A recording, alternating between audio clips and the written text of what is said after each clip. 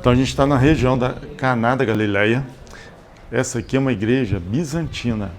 E a gente vai trazer para vocês agora um conteúdo bem valioso que eu quero que vocês aprofundem aonde teve o primeiro casamento, aonde Jesus trouxe o primeiro milagre. E vocês vão entender esse conteúdo com muito valor. Vem comigo.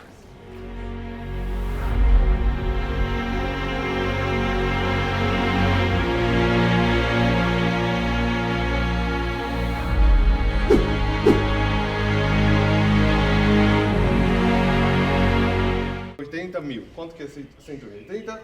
A gente tem o número 18 no judaísmo, a gente pode falar sobre o significado de números, mas o número 18 é um número sagrado. Por quê? Porque 18 é vivo, ou como que a gente fala em hebraico, Chai. Então a gente sempre dá a doação de 18, multiplica por 100 mil, por 10 mil, por 10, não importa quanto. Eu tenho mais um amigo brasileiro que ele decidiu de colocar no dote, a gente chama em hebraico ketubá, 220.919. Vocês adivinham o que é? É a data que ele casou, 29 de setembro de 2019. Só que o que eu estou pensando é que se ele um dia vai querer voltar, o último número que ele vai querer lembrar é esse número, né? E eu tenho mais um amigo brasileiro de Manaus, que ele decidiu colocar 800 mil shekel, que é por volta de 1.200.000 reais, que eu não sei como que ele vai conseguir pagar esse valor, caso eles vão querer pagar, mas foi uma decisão dele. Agora vamos supor que os dois aceitam casar, vão embaixo da tenda, faz algumas bênçãos, faz várias bênçãos, aí o noivo, aí o que acontece é que o noivo faz algumas bênçãos e ele chega para uma bênção final. Essa bênção final, ela vem do livro de Salmos.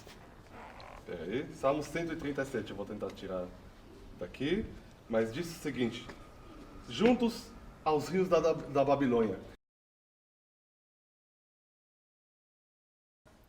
Se vocês me permitem, eu vou conectar esse trecho da Bíblia para os dias de hoje.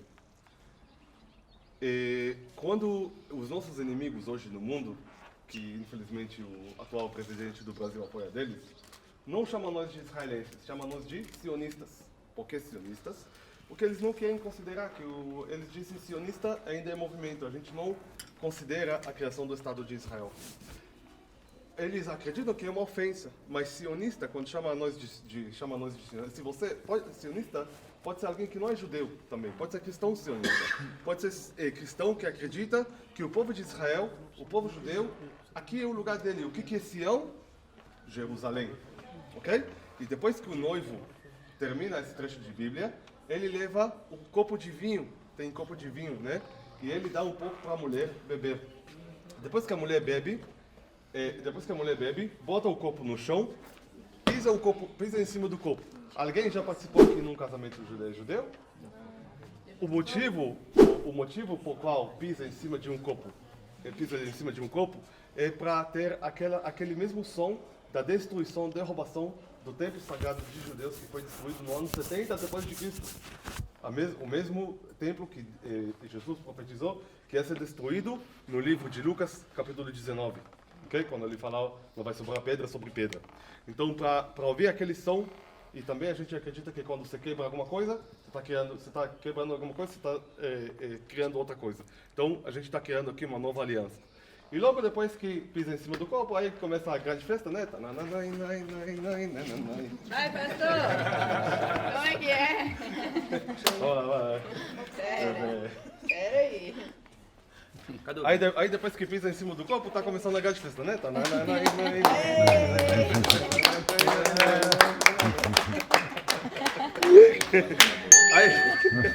Aí o que acontece? Vamos conectar isso para a nossa história atual, para a nossa história que aconteceu aqui com Jesus. O casamento aconteceu no terceiro dia. A gente sabe que o casamento aconteceu no terceiro dia. E o que faltava no casamento? Vinho. Agora, não é que faltava vinho, é que tinha vinho. Só que o vinho acabou. Por que o vinho acabou? Nós sempre gostamos de dizer que talvez passou aqui um grupo de brasileiros, tomou todo o vinho, por isso acabou tudo.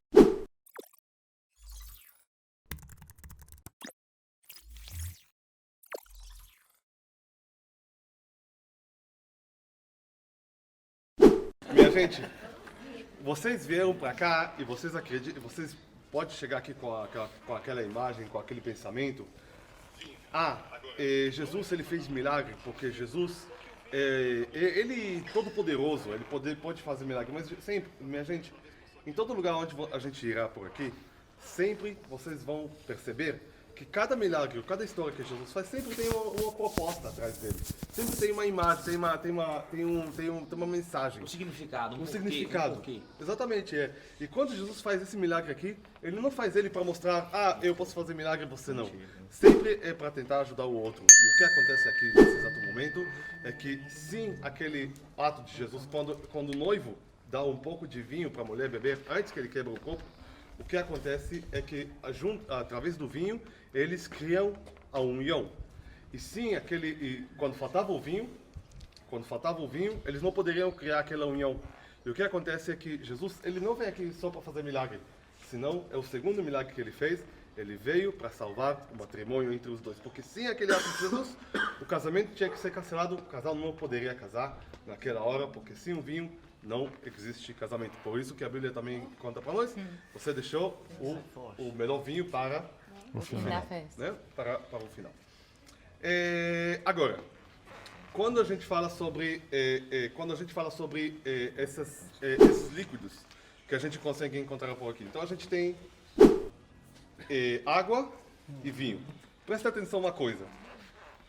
Na sexta-feira, quando a gente senta na mesa, pelo menos nós que somos tradicionais, pelo menos a família da minha esposa, que é mais tradicional, que é mais tradicional do lado mais oriental, que a gente pode dizer, costumes mais sefaradi. Sefaradi é quem veio, judeus que vieram da área da Espanha, a gente está falando 500 anos atrás. A gente tem a bênção, que a gente faz o vinho, e com o vinho a gente leva o vinho e a gente coloca na sexta-feira, quando a gente faz a bênção, antes da gente rachar o pão, a gente leva o copo de vinho, um pouco de vinho e depois a gente coloca um pouquinho de água. Porque o vinho é misericórdia, a água é a justiça, ok? Então a gente combina entre a misericórdia e a justiça. E presta atenção mais alguma coisa. A gente lembra desde aqui, que o primeiro milagre que Jesus fez é transformar água para vinho, não é? E depois a gente sabe que quando Jesus estava na última ceia, ele fala para os discípulos: tome esse vinho que é meu sangue. E quando Jesus estava na cruz, veio o soldado romano, esfaqueou Jesus, e o que sai do corpo de Jesus? Água e sangue. Querendo dizer, vinho é equivalente à água, equivalente a sangue de Jesus. Tá bom? Sababa? Pastor, se você me permite... Cansada de usar tantos produtos na pele todos os dias? Protetor solar, base, vitamina C, entre outros. E se eu te dissesse que é possível ter todos eles em um só produto? Com mais facilidade e praticidade para seu dia a dia, sem ficar aquela camada grossa de proteção na pele. O Protetor Magic CC Cream faz tudo isso por você.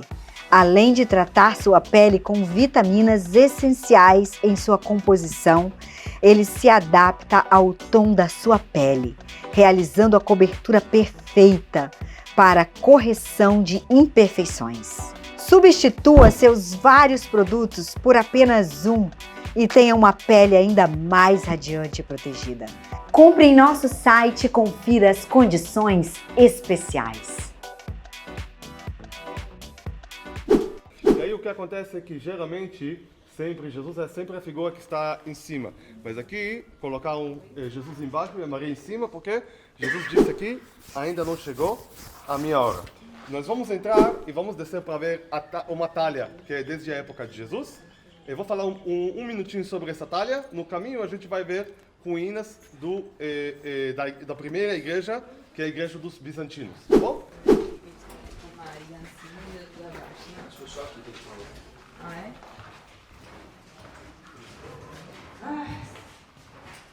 Que legal, que legal. Olha, já ganhei muito dinheiro. Dá pra pegar esse dólar aí?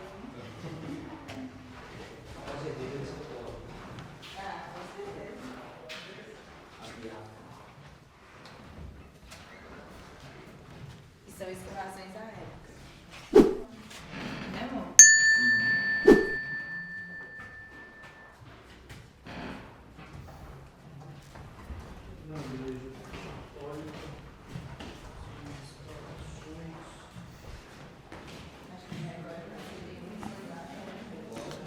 Gente, impressionante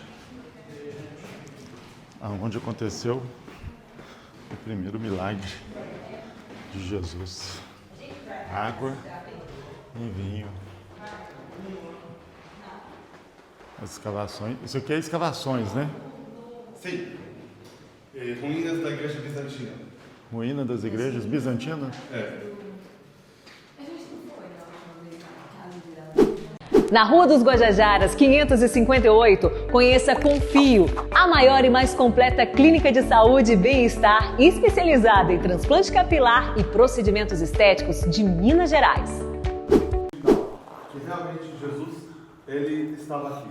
Agora, eu peço desculpas de vocês, mas eu não posso ter a certeza de 100% que realmente aqui foi o lugar onde aconteceu o casamento.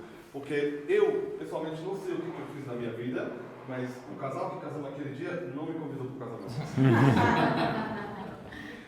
Mas, prestem atenção, os primeiros para chegar aqui era na época bizantina. Chegaram aqui os bizantinos. Os bizantinos, na verdade, eram os romanos, a única diferença é que eles mudaram a cidade capital e o líder. E aí eles chegaram para cá e foram para onde que foi aquele lugar? Os bizantinos, eles mudaram a fé em Jesus de uma fé proibida para fé favorita. Na verdade, foi obrigado, você era obrigado a acreditar em Jesus naquela época. E foi uma transformação de 180 graus, de proibido para obrigatório. E eles vieram para cá e eles perguntaram onde que aconteceu 1, 2, 3 da história de Jesus. E o que acontece é que as pessoas que vieram aqui falaram para eles, aqui é onde que foi. Só que, desde aquele momento que essa história aconteceu, até o momento que os bizantinos estavam aqui, passaram 300 anos. E em 300 anos pode acontecer muita coisa. Mas uma coisa que pode nos ajudar para dizer que aqui, onde que aconteceu, é a fé. Nós temos que acreditar que realmente isso aconteceu e que aconteceu aqui. E seguir a história. Né? Nós não temos uma escrita de Jesus, nada escrito de Jesus na parede, eu fiz 1, 2, 3 aqui naquela data, né? Mas a história que segue e tenta ser mais afinada e mais próxima à história verdadeira de Jesus, desde a época dos bizantinos, e aqui nós podemos ver o altar da igreja dos bizantinos, que era da época dos bizantinos.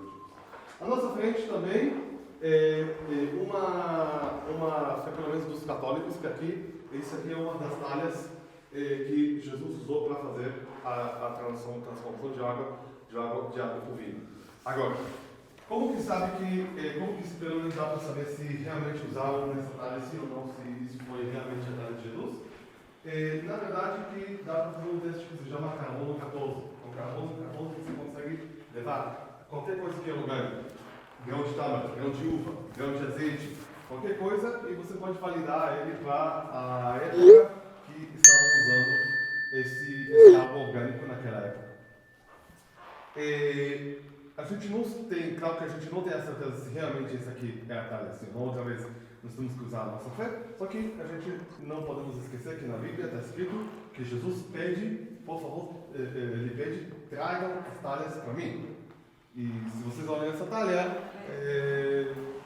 pode demorar alguns dias. Bem pesadinha. Tá contigo. Como o Uri disse, Jesus estava ajudando um casamento a ser feito. A Bíblia começa com um casal. Não existia igreja, não existia Estado, não existia judaísmo, cristianismo, não existia islamismo ou qualquer outra religião. Existia um homem, uma mulher, um jardim e Deus. O Éden era o santuário mais sagrado que existia naquele momento. Jesus, quando vem, por que será que o primeiríssimo milagre dele não foi levantar um paralítico? Não foi trazer vista ao cego? Por que o primeiro milagre dele não foi ressuscitar um morto, talvez impactaria muito mais, né? Se ele estivesse pensando em mídia, em status, em sensacionalismo, se ele tivesse a intenção de reverberar essa notícia, talvez ele faria algo muito mais magnífico. Para mim, nada tira do meu coração que Jesus propositalmente espera o momento de fazer um casamento, um milagre no casamento, porque é a primícia dos seus milagres. E a primícia dos seus milagres é exatamente no casamento, celebrando o quê? A família. Então, para mim, o que isso revela? Que Deus tem uma prioridade. Por que Deus começa Gênesis com uma família e Jesus começa o seu ministério público abençoando o casamento? Porque Deus está contando algo. A Bíblia vai dizer que aquele que não governa bem a sua casa, ele deveria nem ousar governar a igreja. Então, o laboratório para a nossa fé não é a igreja, é a casa. Eita glória. O laboratório para a nossa fé não é o que a gente faz no culto, na igreja, isso é religião, isso é coisa de homem. É o que a gente faz em casa. Quem conhece você de verdade é a sua esposa. Quem conhece você de verdade é o seu marido. Ali não tem como ser hipócrita, ali não tem como ser dissimulado, você pode até ser por um tempo, mas cedo ou mais tarde, você vai ter que revelar quem você é, as intenções do seu coração. Meu Deus. E o vinho fala de duas coisas, como o Uri disse. O primeiro fala de aliança. Fala de quê? Aliança. Simboliza pacto, no nível mais alto de pacto, que é o pacto de sangue. Mas o vinho também fala de alegria. Nós mineiros, Uri, temos uma frase que é: acabou o milho, acabou a pipoca. Acabou que é? Se acabou o milho, acabou a pipoca. Ah, é. Você sabe o que é pipoca? Sim. Sabe mesmo? Mas eu não entendi. Não entendeu porque Pronto, tem que pronto. estourar o milho. Acabou o vinho, acabou a alegria. Então por que Jesus não deixa acabar o vinho naquele casamento? Jesus está dizendo assim: o casamento tem que ter uma coisa. Oh, Peguei. Mas o diabo vai lutar para fazer casamento. meu Deus. É alegria. Eu falo que o casamento, gente, é como um bosque bem bonito de flores. Só que todo dia vem alguém e arranca uma florzinha. Todo dia vem alguém e arranca uma florzinha. Se você não for lá repor, aquele bosque, que era gigantesco, e que parece que uma florzinha tão insignificante, é uma florzinha no meio de um bosque. Só que uma florzinha hoje, você tira. Uma florzinha amanhã. Outra florzinha mês que vem. Passou 10, 15, 20 anos, aquele bosque que era lindo, não existe mais. Então, Que palavra. qual é o meu conselho para vocês? Casamento vai ter crise. Isso não é opcional. Isso é quase que uma regra. Seja ela intensa, seja ela média, seja ela pequena, vai ter alguma crise. Mas o que esse texto nos ensina? Que tem que ter um convidado nesse casamento. Tem que ter um convidado nesse casamento. Se Jesus for convidado de fato no seu casamento, aquilo que estava dando errado, aquilo que era crise, aquilo que era destruição e morte, você pode ter certeza, ele vai pegar isso aí, vai fazer virar uma história linda, Aleluia. Glória a Deus. para impulsionar e para inspirar muita gente. Agora veja, posso falar da talha? Um adendo da talha. Alguém lembra quantas talhas que Jesus pediu? Quantas? 6 talhas. Que dia que Deus criou o homem? Uau! Então Jesus, quando pede 6 talhas, se você não sabe, essa talha era usada para lavar os pés e as mãos dos convidados. Ficava na porta da casa. Então essas talhas, elas eram usadas, na verdade, para purificação. Para limpar a sujeira de quem? Do homem. Jesus, quando fala de 6, ele está dizendo assim: eu vou pegar o número que simboliza o homem e vou mostrar para vocês como que vocês eram antes de mim. Sujos, imundos. A água que estava ali, que já não era mais pura, já não era mais limpa, provavelmente uma água barrosa, né, um lamaçal, uma água turva. Não estou dizendo que a água que Jesus transformou em vinho era essa água, amém, gente? Porque ele pediu para encher de novo, quem lembra disso? Só estou dizendo que o simbolismo não é em vão. Jesus poderia ter feito esse milagre em qualquer outra vasilha, ou vasilhame, ou qualquer outra estrutura que viesse a guardar líquido. Por que propositalmente ele pega 6 talhas? É porque ele está dizendo assim, eu vou começar hoje a transformar água em vinho. A transformar água em vinho. A mudar a matéria. Água não se transforma em vinho. Na lei da física já estudaram, tentaram já fazer de todas as formas a água transformar em vinho. É impossível transformar água em vinho. O que Jesus está apontando para nós, que é aquilo que é impossível para a física, que é aquilo que é impossível para mim e para você. Eita. A mudança da natureza só pode ser Deus que faz. A natureza do Cristo, a natureza do Filho, a natureza divina, ela só pode vir em nós por intervenção de Jesus. E Jesus, quando está ali e ele fala, mulher que deu eu contigo, o termo ali não é pejorativo. Só fazer esse adendozinho, porque talvez você leia e dá a entender que Jesus está desfazendo da mãe dele. Dá a entender que ele está diminuindo a mãe dele. Como eu já vi muitos pregadores tentando rebaixar a Maria por causa dessa fala de Jesus. Pode usar qualquer outro texto, menos esse. Porque mulher ali é um termo de carinho, é um termo de afeto, é um termo de respeito, é o contrário. Quando ele falou que tenho eu contigo, não é chegada a minha hora, é porque Jesus sabia. Tudo que remetia ao suco da uva para ele, é porque ele já ficava assim, uma hora eu vou ter que oferecer o sangue da uva, o suco da uva. E quando eu oferecer o suco da uva, é o meu sangue. Então Jesus ele ficava com esse negócio, suco da uva, sangue, suco da uva, sangue. Quando Maria fala com ele, meu filho, acabou o vinho, fazendo um pedido, o que é a mente humana dele, a mente espiritual dele, o raciocínio dele foi lá na frente. Na cabeça dele será que a minha mãe já está pedindo para eu me entregar? Mas eu nem comecei. Será que ela já está pedindo que eu vá para a cruz? Aí, sabe quando você dá uma resposta que a pessoa não é espiritual, depois você corrige? Quem pegou? É Jesus com Maria. Primeiro ele falou assim, que eu tenho contigo? Não é chegada a minha hora, depois ele pensou bem e falou assim, minha mãe deve ter entendido nada. Quem está pegando? E o detalhe é que a irmã Maria nos mostrou como que faz para acontecer milagre. Já peguei. Pegou? Já peguei. Milagre, irmão, só tem um jeito de fazer. Faça tu. Que ele disser. Que ele. Uau. Maria contou o caminho do milagre. Sabe o que ela está falando? Vai vir um rumitidão aqui e vai falar assim, nem assim faz não. Sempre tem alguém que faz isso, é assim, não é? Sempre tem um sabidão que fala assim, Deus não age nisso, Deus não faz assim, Deus não faz assado. Porque a gente quer fazer, sabe o quê? Colocar Deus no método. A gente quer colocar Deus numa fórmula. Aí eu te pergunto, se Deus tivesse um método, uma fórmula, ele poderia usar o quê? Eu acho difícil, hein? Eu estou trazendo grupo para falar de Jesus aqui em Israel. A gente estava vindo aqui agora. O Lucas é minha testemunha. Ele te abordou e perguntou se é o pastor que foi ou não foi. Aí você apontou para mim e falou que foi eu. Você viu o olhar dele para mim? Você percebeu ou não? E eu olhei no segundo, ele fez assim, ó, 3 vezes. Foi. Foi ou não foi? Foi. Esse aí.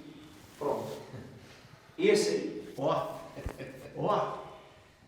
Ai, cara. Então, gente, esse Jesus é maravilhoso por conta disso. Quer viver milagre?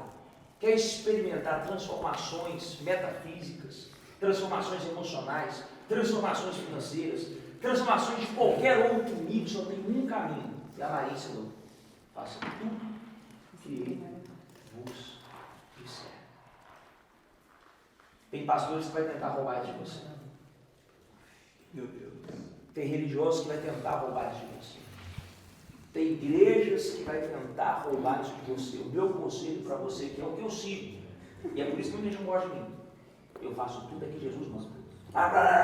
Irmão, o que é que Jesus disse? Então a sua opinião não me importa, importa o que Jesus disse. Amém ou não amém? Amém. Só isso. Que Deus abençoe vocês.